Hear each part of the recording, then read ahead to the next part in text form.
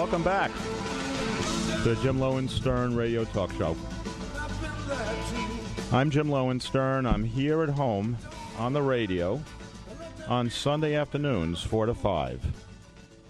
Today, we're live, but not totally live. This is our first pre-recorded show. So no call-ins today, friends. Sorry. Mainly because today's show is going to be the best one ever. We have a very special guest today. One of the largest property owners in Boston. The Boston area is with us. The CEO of the Hamilton Company, Harold Brown. Welcome, Harold. Welcome. We also have, later in the show, a top boutique broker in Manhattan. We have also Rick Masnick of eMortgage Management. Hi, Rick. Hello. Hi. So lots to talk about today. So up to this point, all my shows have been live. We have callers call and ask questions, and that has been great. These days, however, with all of the new technologies, we need to grow into the new potentials that they offer. The telephone was once the way we communicated best. That was the way for decades. Now we have Facebook, we tweet, we blog, we text. Of course, there's email. If you go to my website, jimlowenstern.com, you can make comments or write questions right from the Contact Jim page. So before we go to break and come back for our conversation with Harold, Mr. Harold Brown, I want to read and answer a question that came through the website, jimlowenstern.com, on Sunday, this past Sunday, after the show. Comment card read like this. Hi, Jim. I heard the show today, and I was a little surprised that you had competitors of your Castles Unlimited company on. Also, I heard some things crashing in the studio at the beginning of the show. I was wondering what was happening. Love the show. Heidi from Boston. So we have a couple questions to answer. Heidi, thank you.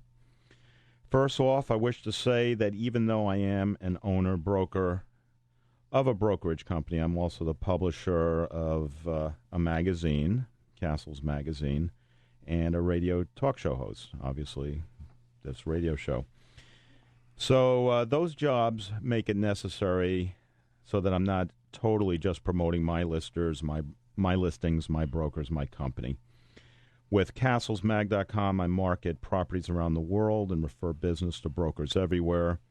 This radio show, by the way, is sponsored by the Massachusetts Association of Realtors and Wells Fargo Bank. In addition to my businesses, I must incorporate all brokers, all companies, within reason, that is, the more the merrier, as they say. The crashing sounds on Sunday's show. All I can say is that Mike was a new board operator, and I had 4 guests. Normally I don't have that many people crowded into the studio. And 2 of them brought a public relations person into the studio with me. So there I was Sunday with 5 women. We needed 6 headphones and mics queued up, 6 high stools, all set. Would have been nice as well. We actually had 4 headphones, 1 stool, 4 low chairs, and for me, well, I had to stand for the entire hour. So the crashing sounds was the public relations woman helping her client with her chair, and I wasn't paying attention at the moment, but I think the chair hit the floor. So that's live radio for you. Today, if we have any crashing, we'll probably edit it out, but who knows? So thanks for the questions, Heidi. Be a fan of the show on Facebook and sign up for our tweets. I think as time goes on, we'll be doing lots of these pre-recorded shows.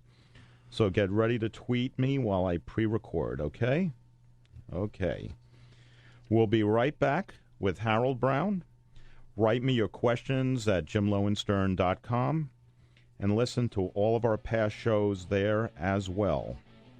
It's Jim Lowenstern on the Jim Lowenstern Radio Show on WWZN 1510 AM Boston, coming to you in fabulous Monaural. We'll be right back.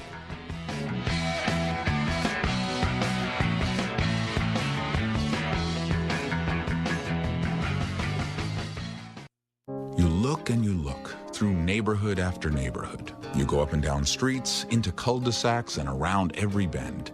Then one day you slowly pull up and finally see it.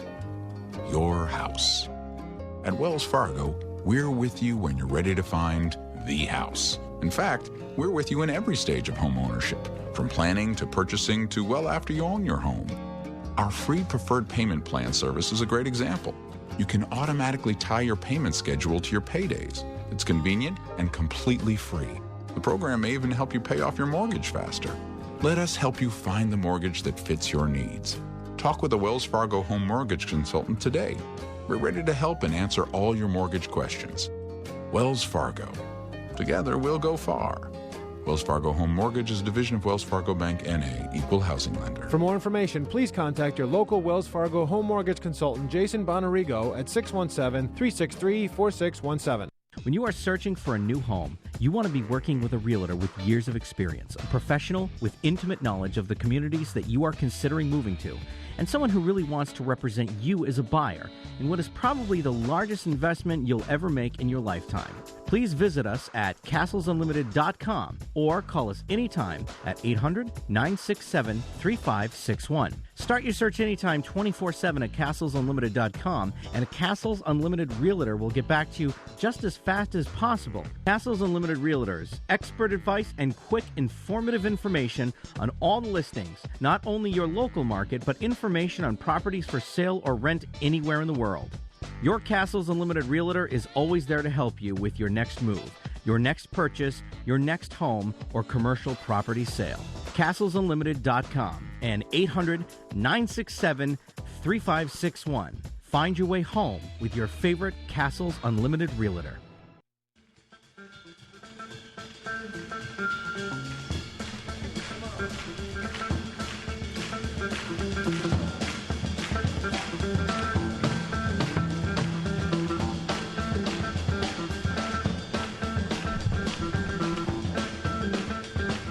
One, two, three.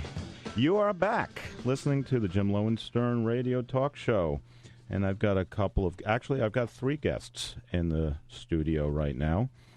I've got Mr. Harold Brown on mic. I've got Rick Masnick on mic. And I also have Mr. Brown's lovely wife, Maura.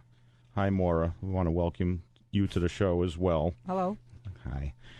So, Harold, or should I call you Mr. Brown? Harold, please. Harold, okay. Makes me feel much younger. All right.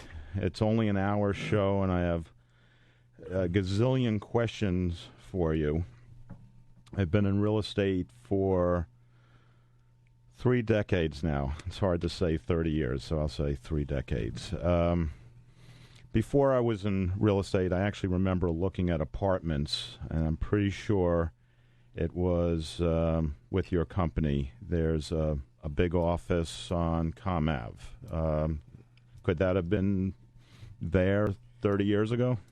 Close. We're on Brighton Avenue, right near Commonwealth Avenue. Okay. But how long's that location been We've operating? been there about 50 years. 50. Okay. So then it is the same. Actually, I believe my ex-wife rented an apartment from you on Com Ave in Boston back in the 1970s. That's definitely possible. It's an ex-husband's. Well, 1970s. That was the question. Definitely, you were on Com Ave back then, right? Yes. And still are. Absolutely. Okay. So, obviously, I've got Maura, your wife, on mic, so personal questions and business-related questions will be okay? Yes. Okay. So, if I Google your name, besides bringing up someone who apparently invented the electric chair, are you familiar with that, Harold Brown? No, I'm not. No. Okay. And I found pages and pages of website information. It's unbelievable. You're not in Wikipedia, but you're just about everywhere else. It says that your parents were Russian immigrants. Yes, You were born here or in Russia? born here in one of our buildings, matter of fact. The one with the shrine in the lobby. You bought it after you were born, right? Not before you were born. After I was born. Okay, good. And then put the shrine up. Yes. So, what part of Russia, if I can ask? I'm sure you've heard of it. Omsk. Yeah. Really? Oh, well, my wife is Russian, and she was actually born in Siberia. I hear that you were actually born. Well, your parents are from Siberia. Omsk is Siberia. There's Omsk and there's Tomsk. It's like Brookline Newton, same thing. Yeah, I think she's from Cheboksary and Chebolinsk. It's a thriving metropolis. Yeah. Well, I mean, they actually are big cities, but who wants to come from the cold tundra? Heating costs are very high there. So you speak Russian? По-русски? Kabreska. Okay. Хорошо. Yeah. So, Yeah. where did you get the company name, Hamilton? Is it named after Alexander Hamilton? No, Hamilton comes from the second building that I purchased. We needed a name at the time. It was on Hamilton Road, and we called it the Hamilton Company. And when asked where we got it, I say it's Old English, of course. Mm-hmm. Yeah, I just assumed it was from the first treasurer of the U.S., Alexander Hamilton. No. Yeah. Okay. Go with that story. I like that. Do you like that? Yes. Okay. So we're making history there, new folklore. So is it true that you bought your first building, a 6-unit building, in 1954? Yes, that is correct. So what would that have cost? So it's 6 units in Boston on 1292 Commonwealth Avenue, $25,000. $25,000. Any parking with it? In the rear, about 4 or 5 spaces. And those parking spaces now would be worth, in your estimation? Well, they wouldn't be sold. They would be part of the building. I'd say $50,000 each. So each parking space is now worth twice what you paid for the whole building. Yes. Okay. So I had a question here, but I think that's going to be part of the answer. How has the city of Boston changed over the past 50-plus years, in your opinion? Well, for example, when I first started in business, the population in that area, Allston, Brighton, Back Bay, was probably 40% elderly and the rest young professionals, very few students. Today, at least in the Allston, Brighton area, it's probably 50% Asian, maybe 5% elderly, of which I am one, and the rest young professionals and students. So that's the demographics. What about a major change? Yeah. What about the neighborhoods, the commercial businesses, the restaurants? Well, it has really changed and improved. If you want to use the word gentrified, you could say that. Most of the buildings have been modernized. There are new buildings that have gone up. And I remember when I was a child, we used to go to Chinatown for Chinese food. Now they come to Brookline, Allston for Chinese food. Mm-hmm. So that's from Chinatown. From Chinatown. So, well, that's interesting. So, what neighborhoods, in your opinion, have changed the most in the Boston? I would say Allston has probably changed the most. Really? In major part due to ourselves. Have you torn down any buildings and put up larger structures in? No, in we Allston? usually take a building and gut rehab it, or if there's vacant land, we put up a new apartment building on it. So, on a percentage basis, if you took different sections of Boston, are your holdings mostly in Allston and Brighton, or are there other areas that you've moved into with your acquisition? The major, I'd say 70-80% are in Boston and suburbs, and about 20% in New Hampshire. Okay. But in Boston, what neighborhoods, if 100% of your portfolio in Boston was looked at, how would it break down sort of as far as neighborhoods that you break it up? I would say 40% in Allston, Brighton. Brookline. Brookline's, I haven't finished. Yeah. Gentlemen, please let me finish. 30-40% in Allston, maybe 20-30% in Brookline, and the remainder in Back Bay and South End. anything in the Seaport area or the North End? Anything No, on the we waterfront? have stayed away from those areas. For any particular reason? No. Okay, because the buzz is that's where everything's happening right now. Well, what do you think about that? I think that's true. I think that the Seaport area is coming into its own, and downtown crossing, as a matter of fact, is starting to liven up. And much of that is due to the mayor, as a matter of fact. He's been very instrumental in pushing and enhancing those areas. So the projects in like downtown crossing, what do you think's going to happen with that project that was vacant for a while, the big hole in the ground? Well, that's already happened. It's a new the Filings area. A new building is going up there. You just probably read Barnes and Noble is going to become a Walgreen Emporium. Going to sell drugs, food. In fact, we have a building right in downtown crossing, an office building, a 40,000-foot office building, which we are converting to apartments, to moderate rent apartments. Will be the first moderate rent apartments in the area. What to rent? What are you calling them? Moderate rent. Moderate. Okay. Something you could afford, Mr. Lewis. Thanks. What, are you outing me on the air? Why not?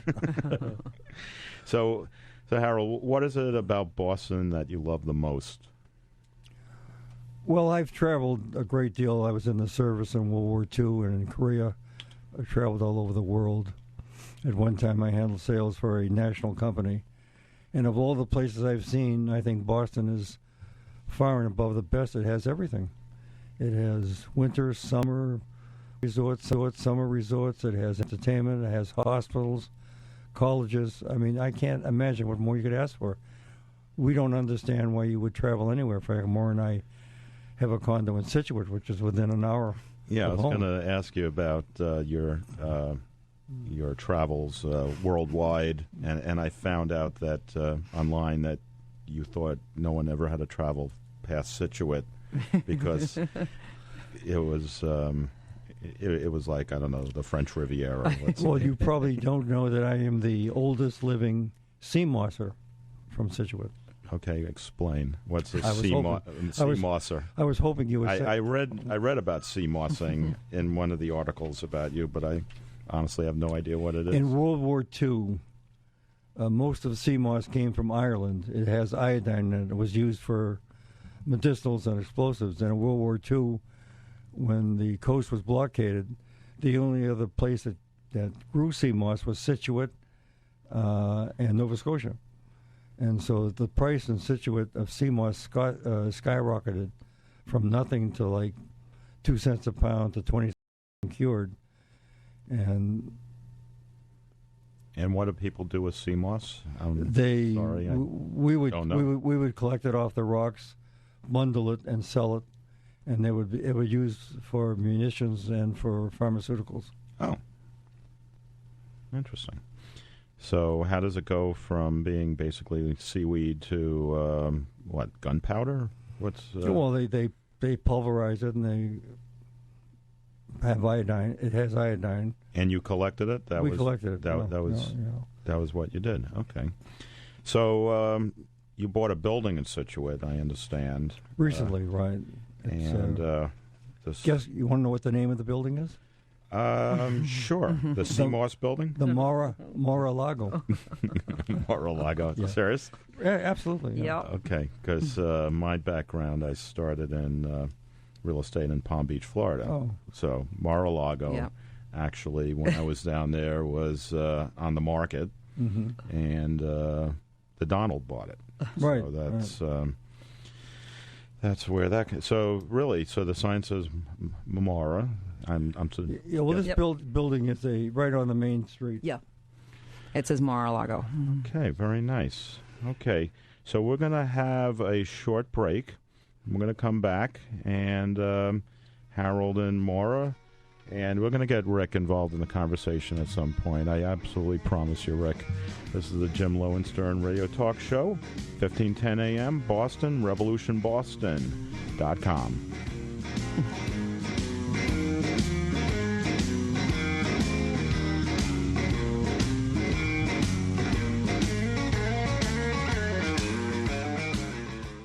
When you are looking to buy or sell real estate and you are looking for the right realtor to do business with, NewEnglandProsperity.org is a nationwide network of carefully selected brokers who are willing to give both you and your favorite charity a large portion of their commission. These brokers are only too happy to donate to a charity and to credit you back money to help with things such as your mortgage closing costs, title insurance, moving expenses, and more. When you're starting to look for a realtor first, go to NewEnglandProsperity.org and sign up. You'll be referred to a broker who will have your interests first and who will also credit you and donate to charity. Look them up at NewEnglandProsperity.org. And when you sign up on their website, you can expect a top broker to return to you with the call to begin discussing the next steps in your selling or buying process. NewEnglandProsperity.org brokers make it easy to buy and sell real estate, and they make it easy for you to pay for your closing costs because they pitch in with a piece of their commission and they make charitable contributions. For all of the information, just go to NewEnglandProsperity.org. We are changing the way America buys and sells real estate.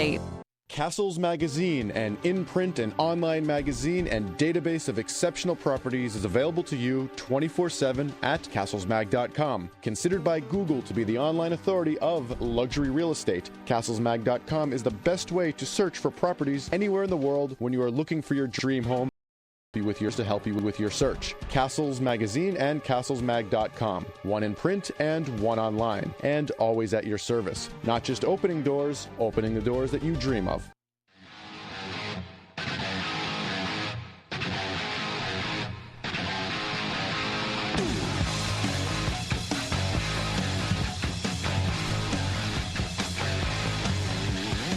You are back. You're listening to the Jim Lowenstern Radio Talk Show. We usually talk about real estate. Sometimes we have film reviews and share recipe secrets, just like on Oprah.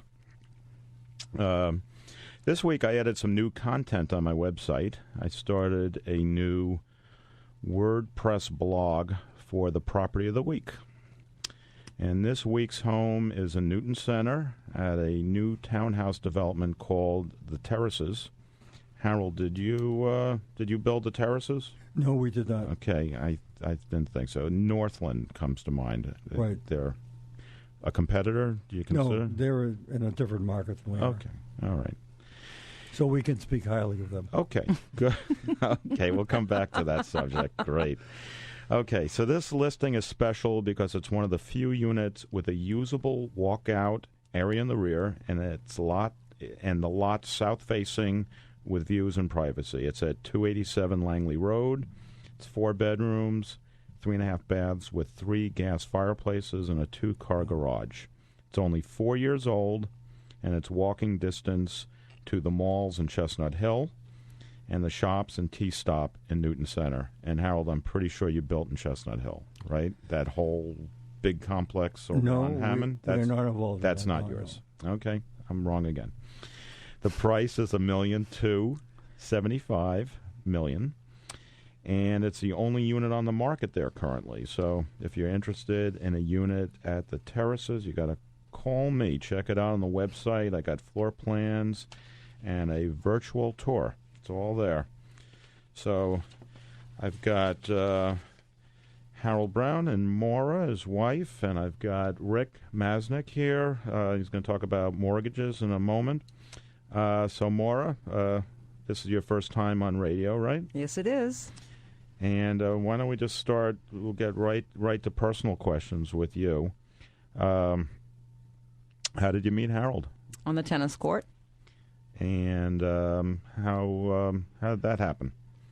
Just played tennis, and I was a teaching pro, and he would play in the morning with a lot of men, and I just was introduced to him by... So it wasn't like doubles and just matching up? No, I offered to let her play tennis with me. Mm-hmm. He had the court. He had the toy. So how many years ago was that? 34? 34, yeah. 34 years ago. 34 years ago? Yeah. Wow. Is that how long you've been married? No, we've pretty been much? married almost 18 years. Good. Good. That's wonderful. What? I'd say 30, but that's okay. More or less. Did you get married in Scituate? No. No, we got married in Revere. Of all places. Seriously? Seriously, Yes. yeah. Seriously. Okay. Sounds funny, doesn't it? Our Lady of the Lords in Revere. Okay. All right. Well, as long as we're talking about foreign destinations, because you say there's no place like Boston. I assume you were overseas during the war. Families from Russia. You must have traveled around the world, right? Yes. Okay. What's your favorite destination? Boston. Boston. So we're in Quincy right now. You're going to actually go back. You don't live in Boston, though. I do. I live in Brookline. Brookline. Okay. I want to clarify for my listeners who are listening somewhere other than Boston. There's Boston. That's in Suffolk County. I'm going to give a little geography primer. And you must know that, Harold, that the Brookline's in a different county.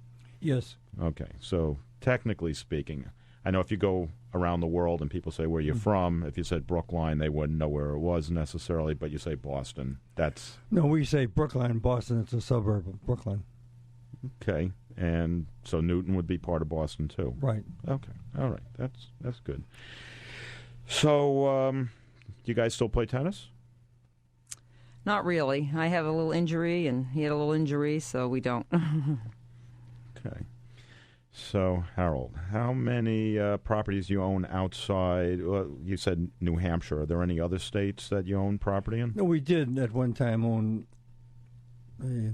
as far as Utah and Florida, but we've now concentrated in Massachusetts and New Hampshire. Well, Florida, that brings up an interesting topic. What's gone on in the Sun Belt and Vegas, parts of California during this downturn. How, by the way, how would you describe what's happened in the economy the last 4 or 5 years? My opinion is it's the normal cycle, the normal business cycle in real estate and in business. So the Great Recession and the bubble popped and all the adjectives thrown around, you just say markets, it's like a heartbeat. It's a they normal go up, real estate cycle. In the last 150 years, there have been 14 cycles, and we're just coming out of one. I'd say we're about 20% up on the up cycle now. 20% up already. Yeah. Okay. We're definitely on the up cycle. Now, are we speaking just Boston prices or Boston volume of sales? Well, Boston has remained relatively stable compared to the rest of the country. But everything is coming up. But Boston has always been pretty stable. Even a city like Detroit, that's coming back too? Anything Rust would be coming back in Detroit. So,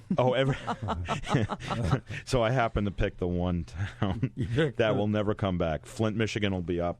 Detroit, not so I used to much. live in Flint, Michigan. Yeah. Did you? Okay. Did you see the movie Roger and Me? No. Okay. You definitely have to watch. That was Michael Moore's first movie. Oh, really? What did I call it? Roger and Me. Yeah, I'm not a fan of Michael Moore. Well, he's polarizing a lot of people, but it was actually a great movie. If you lived in Flint, you'd really enjoy it. You call it polarizing. He's just not accurate, that's all. Well, I don't... Well, how so? You obviously have an opinion. Yeah, he makes statements that aren't correct, that's all. Such as? Well, I can't tell you now. Okay. If you want me to research it, I will. Okay, I'll have you on another show. We can talk about that. I actually do want the answer. So write that. Maura, can you remember that for Harold? We'll take notes. Okay. So in Googling your name, I find out that you own like 10 companies. Pardon me? 10 companies, different names. One's even on the American Stock Exchange. Yes, we run a company called New England Realty Associates, which is a public REIT. It's actually a mass limited partnership, so that's on the American Stock Exchange. And the stock is doing well now? Extremely well. It's about now 35 years old. It's provided dividends continuously and increasing. So what's the dividend right now? It was just raised to $2.80 a year. Okay, it's almost $3. What's the percentage, like a return? Well, it's now selling in the 70s. That's about a 4%. Much of which is covered by depreciation, so it's sheltered. You don't pay taxes. And the dividend's never gone down? It's only going up. Wow. It's inexorable. Meaning one way. Only goes one way. And you run the whole show, or you delegate? No, we run. Well, I don't run it myself personally, but my company does. And you own some of the stock in it, probably. I own a lot of the stock. A lot of the stock. Nice.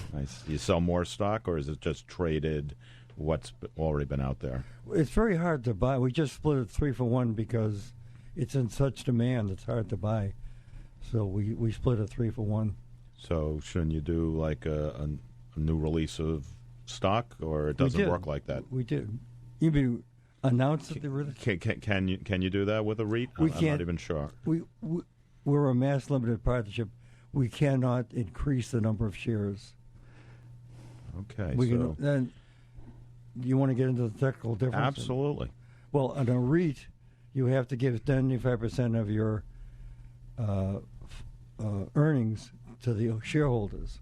In a mass limited partnership, you don't have that restriction, but you can't issue shares. So we only give about 50% of our earnings as dividends. The rest goes back into the company to buy more stock. So how do you know there's this demand for it? Because the price just keeps going up. Because no one can buy it. They try to buy it. It's hard to buy. But if it's on the stock exchange, I would think that I could call up my stock broker. You can. Okay, so call it's them not. up. So it's not that hard. See how many shares you can get. Call them up. Go ahead. Really? Yeah. So stock price should go through the roof. Especially when they hear you're buying. No, when they hear I'm buying, everyone will be shorting it, believe me. All right, so one last question before we go to another break. The Boston Business Journal wrote an article, and I think it was literally only last month. We're actually taping this show at the end of February. Actually, today's Leap Day, so if you're keeping track. And that article said that you were fearful of rent control coming back to Boston. Why is that? If it's actually true, it says the article refers to you saying that rent control was a nightmare, and I guess so. It's a two-part. Is it really true that you're fearful, and was it really a nightmare?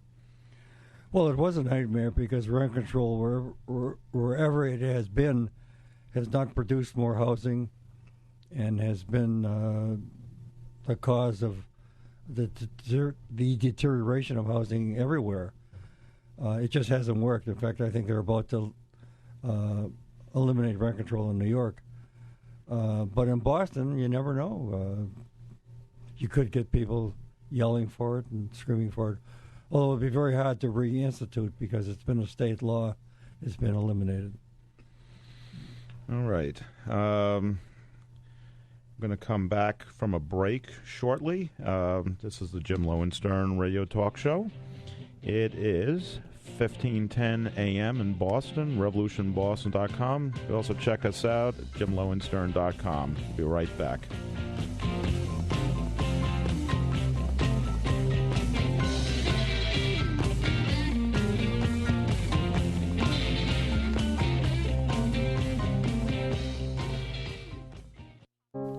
And you look through neighborhood after neighborhood. You go up and down streets, into cul-de-sacs, and around every bend. Then one day you slowly pull up and finally see it. Your house. At Wells Fargo, we're with you when you're ready to find the house. In fact, we're with you in every stage of home ownership. from planning to purchasing to well after you own your home. Our free preferred payment plan service is a great example. You can automatically tie your payment schedule to your paydays. It's convenient and completely free. The program may even help you pay off your mortgage faster. Let us help you find the mortgage that fits your needs. Talk with a Wells Fargo home mortgage consultant today. We're ready to help and answer all your mortgage questions. Wells Fargo. Together, we'll go far.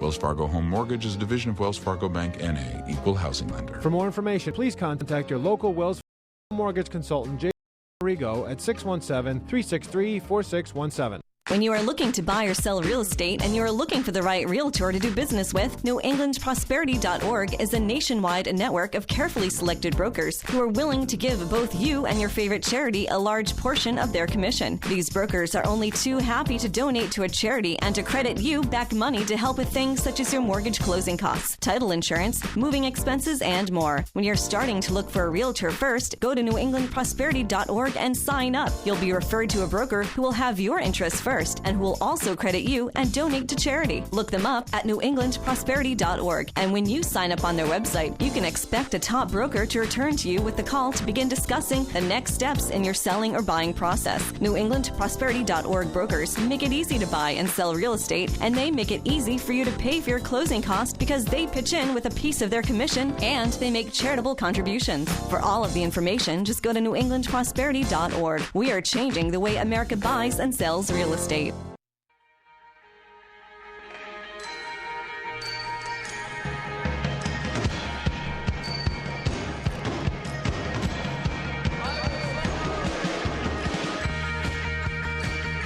We're back. It's Jim Lowenstern. This is my radio show, 1510 a.m. So, great guests in the studio today. In this segment, we're going to be speaking with Rick Masnick and Harold and Maura Brown again. So, Rick, you've been listening to Harold talk about real estate in Boston. Lots of stories. And let's start talking about your story. eMortgage Management's your company, right? That's correct. They're based out of New Jersey, and I operate a branch office just over the line in Rhode Island. But the branch itself is licensed in Rhode Island, Massachusetts, Connecticut, and New Hampshire. And what's the website? You can go to either rickmasnick.com, rickmasnyk.com, or just EMM Loans for eMortgage Management. EMM Loans. Okay, good. So let's see. Lots of people being turned down for mortgages these days. Somebody must be lending. What's your opinion of the fact that not as many people are lending? Well, according to the National Association of Realtors, or NAR, the average number of homes that were sold in the United States on a daily basis across the country were just over 12,000 per day. And out of those 12,000 plus homes that were sold, just under 9,000 required a mortgage. So we're doing just under 9,000 mortgages per day in this country. So I think the numbers speak for themselves when you look at that and you say, are we lending or not? If there are people out there looking for the no income verification or the no asset verification, or the folks who had the subprime kind of credit criteria, those folks aren't getting mortgages nowadays, and I think those might be the people that are out there saying they're not lending anymore. Are there still programs that allow for little or no money down? There are a few. You've got the USDA, and it's the Department of Agriculture. They have a no money down program, but it's strictly for rural areas. It's called a rural housing loan. And there are some caps to that. You've got to be in a rural area, so a Boston or a city like that in Rhode Island, Providence, bigger cities like that, you've got to be in more of a rural area. In Massachusetts, if you head over towards Worcester County, towns like Uxbridge, Douglas, that area, that's where you can get those loans done. It's no money down. There's credit criteria, and it's also a low to moderate income program. So I don't know you as well as Mr. Brown does, but that's someplace that you could afford, like his apartments he was talking about. What about the rehab loans? There are properties out there right now that fell into disrepair because of folks being foreclosed on, and they've either fallen into disrepair because of not being in there for too long. Not in Brookline. Okay. Rick, doesn't Fannie Mae have a 3% down mortgage? You might be thinking of FHA. Fannie Mae did have FHA. I'm sorry. FHA it's 3.5% down now, and that's where the rehab loan comes into play. Also, you can borrow enough money to not only buy the property, but borrow enough funds to rehabilitate it as well, and the whole thing's 3.5% down. So adjustable. I'm sorry, Harold. Very good program. Yeah. It's a very good program. They've actually come out with a streamlined program a couple of years ago because there was so many houses that had been abandoned for a while, or squatters had broken in and stolen the copper piping out of the basements to sell it for the scrap metal. They came out with a streamlined program where you don't have to get a general contractor, you don't have to get the HUD consultant involved. If you're looking to just do something like put in replacement windows or siding or put a new roof on, you just get the bid from the licensed contractor, and it's that Rick, simple. let me give you a little tip. When we did rehab in that area, we always painted the copper pipes black so they thought it was iron. They wouldn't steal it. What a great idea. That's a good trick for the trade. Okay, so Rick, adjustable rate mortgages these days, do you feel that they're safe or not safe? You've got to read the fine print on all of this stuff. The adjustable rate mortgages that got folks into trouble, primarily the subprime ones, it's important to note that every adjustable rate mortgage has what they call caps. The caps are on the yearly adjustment and the lifetime adjustment. Going back to the FHA has a great 5-year adjustable that you can get somewhere in the 3s right now. You'd be locked in to that rate for 5 full years. And then the caps on that are 1% per year with a 5% lifetime cap. So if you got in at 3.5%, 10 years from now, you couldn't be any worse than 8.5%.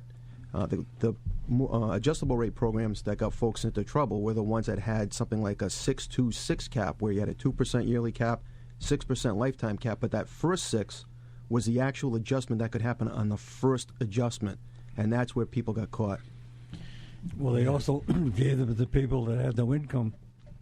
Well, yeah. Now you have to have income and credit scores. I'm actually in talks with someone who about a month from now will be able to do no income verification again. They're actually coming back. I saw Alan Greenspan do an interview on CNBC, and he said everything's cyclical. We'll all see these programs come out again.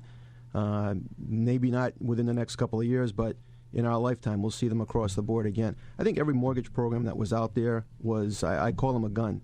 Put in the right hands, it's a useful tool, but put it in the wrong hands, it's a dangerous weapon. Rick, do you think the no-doc mortgages will come back? I do. Really? I do. Absolutely.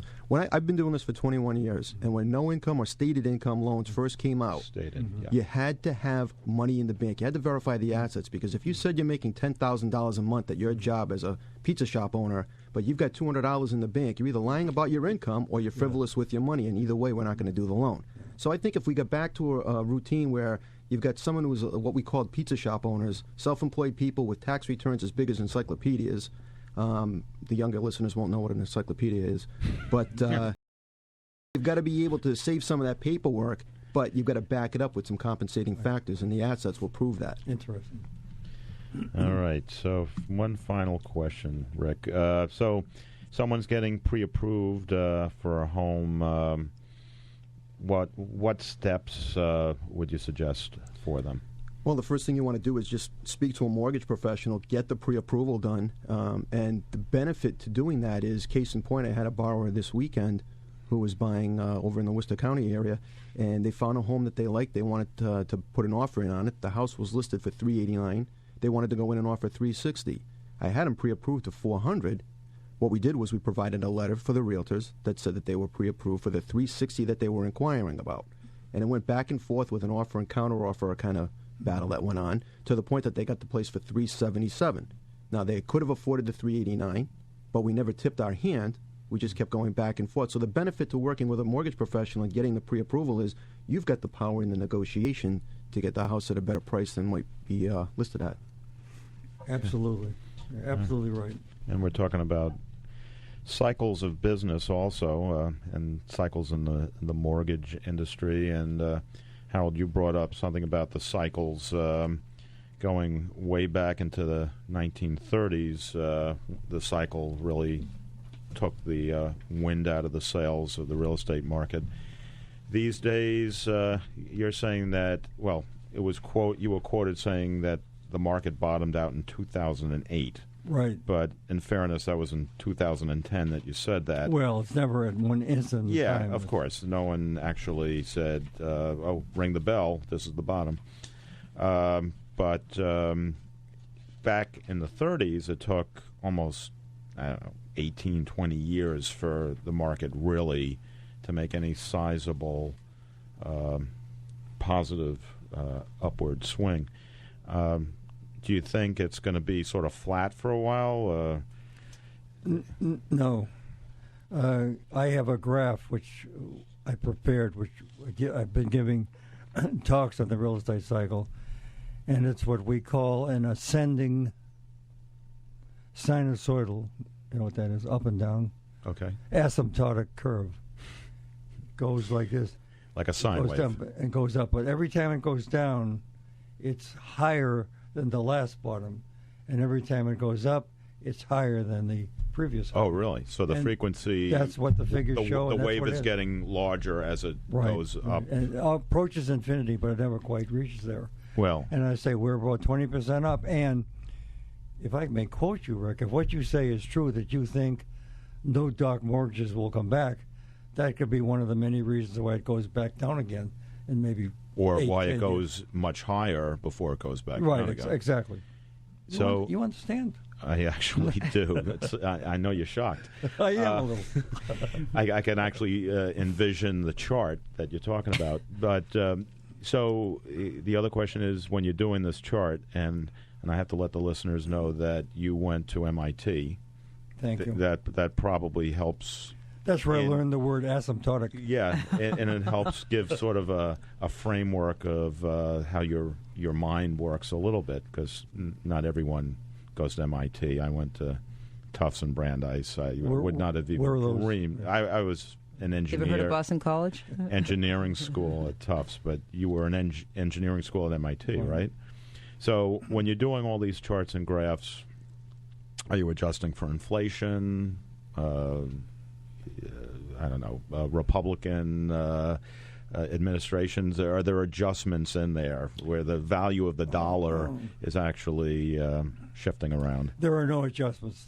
The graph speaks for itself.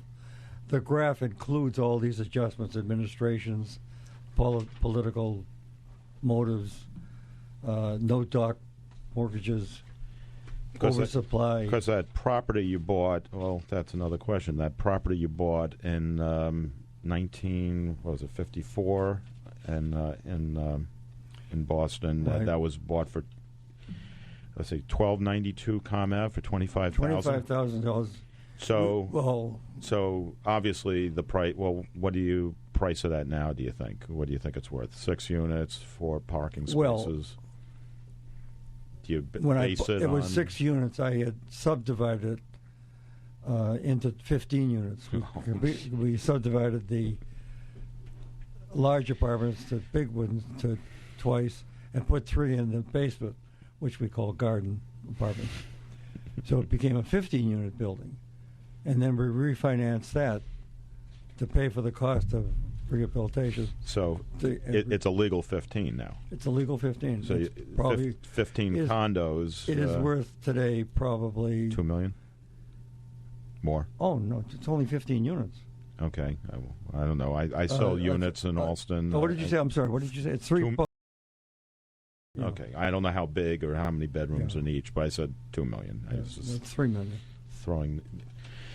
So 25,000, but along the way, someone came in and saw things that the previous owner didn't see. Well, let me put it differently. Buildings that were purchased at that time for $10,000, $20,000 a unit are today selling for about $200,000, $250,000 a unit. That wasn't a unit. That was the whole building. You were. Well, I'm talking per apartment. Yeah, you were. Multiply by the number. No, you said 6 units for $25,000. Right. So that was 4,000 units. Yeah, that's a big increase. All right. So let's talk about your charitable foundation for a moment. Hamilton Charitable. We have 2 foundations. 2. Okay. So there's the Hamilton. What else? And Moore's on the other one. What's the other one's name? It's the Hamilton Charitable Foundation.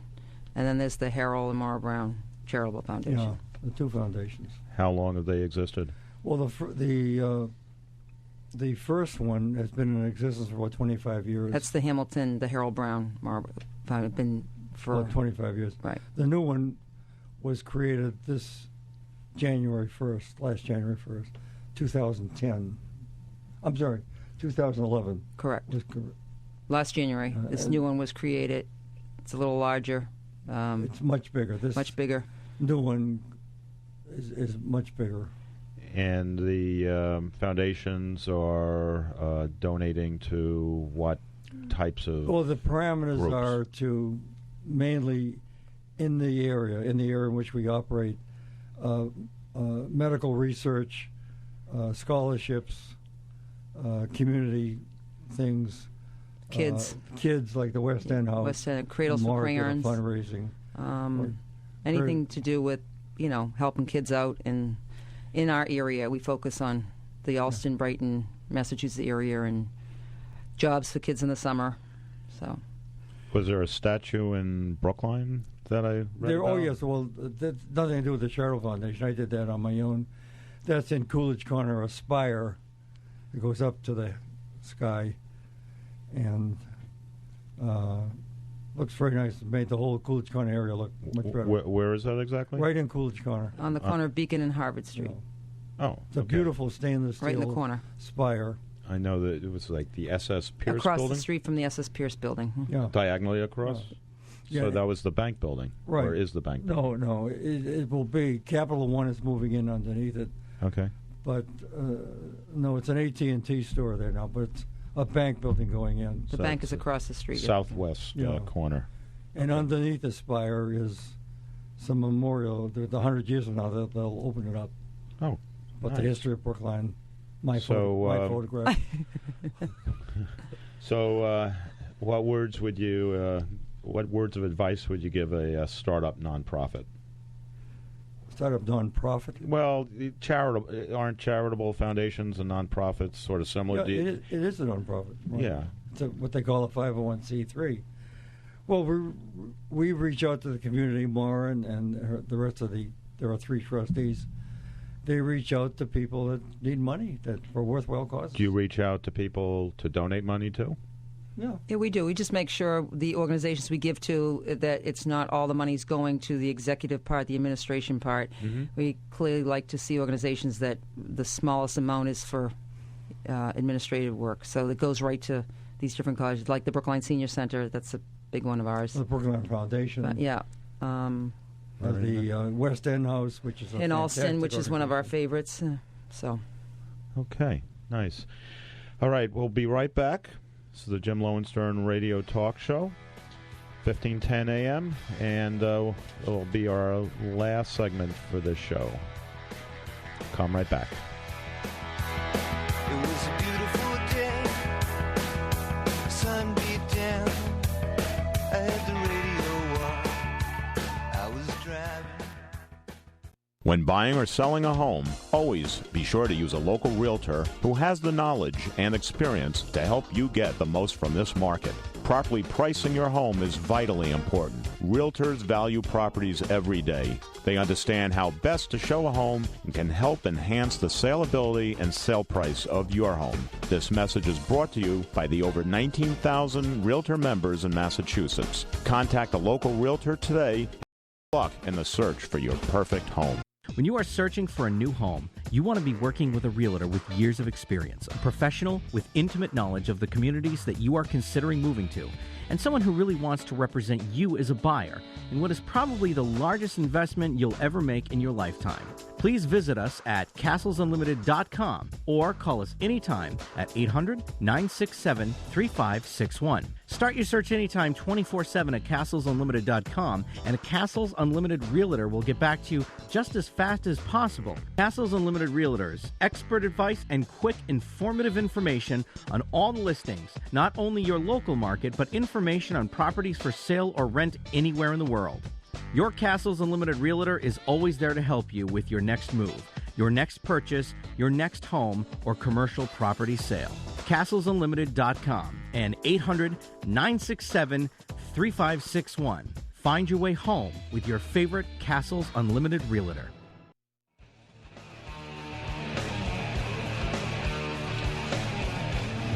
All right, we're back. Jim Lowenstern. This is my radio show on 1510 AM, revolutionboston.com. So here with Rick Masnick of eMortgage Management, Harold Brown, and his lovely wife, Maura. And just going to finish up with you, Harold. I notice you don't have a tie on today. I was told this morning, it seems like no matter who I speak to, somebody has a Harold Brown story, and it's just unbelievable. You're a folk hero. In fact, tell me if I'm wrong. You're 86, right? 87. 87, and so you must have had a birthday in the last month. February 3rd. February 3rd. Okay. Yeah. Happy birthday. Still in February. Don't like birthdays. Don't like birthdays? Oh, well, always better to have them, is what they say. You were called in so many articles the comeback kid. So how do you like that moniker? Well, in some respects, that's correct. 87 and a kid. We went through a Chapter 11 reorganization. Some people call it a bankruptcy. We call it a Chapter 11 reorganization. Right. And I guess under 5% of the people that do that come through, and we came through it. And it resulted in a much stronger company and a much better company. Yeah, I read all about that. You owed about 600 million, 660 million. Million, yeah.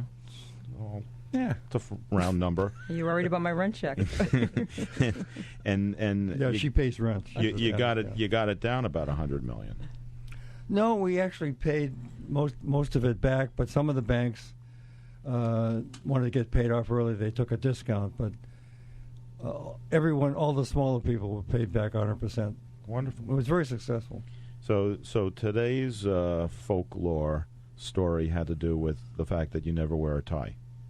Is that any truth to that? No, that's not true. Okay, all right. Not true. Mm-hmm. Not true. Okay, so that's what I say. They make this up. In fact, I was planning to wear a tie today till you said you were taping it. Then I realized we didn't need a tie. Right. Because if it was live, you'd wear the tie. But since it's pre-recorded, no tie. Yeah. Okay, all right. So we're going to finish up with this show, and we're going to definitely want to have you back. All my guests today back on a future show, and we're going to say goodbye now. It's Jim Lowenstern. This is my radio talk show, broadcasting from 1510 AM, Boston, Massachusetts, revolutionboston.com, jimlowenstern.com, and may you find all your dreams right at home. See you next week. Leaves are falling all around. Time I was on my way. Thanks to you, I'm much obliged. Such a pleasant stay.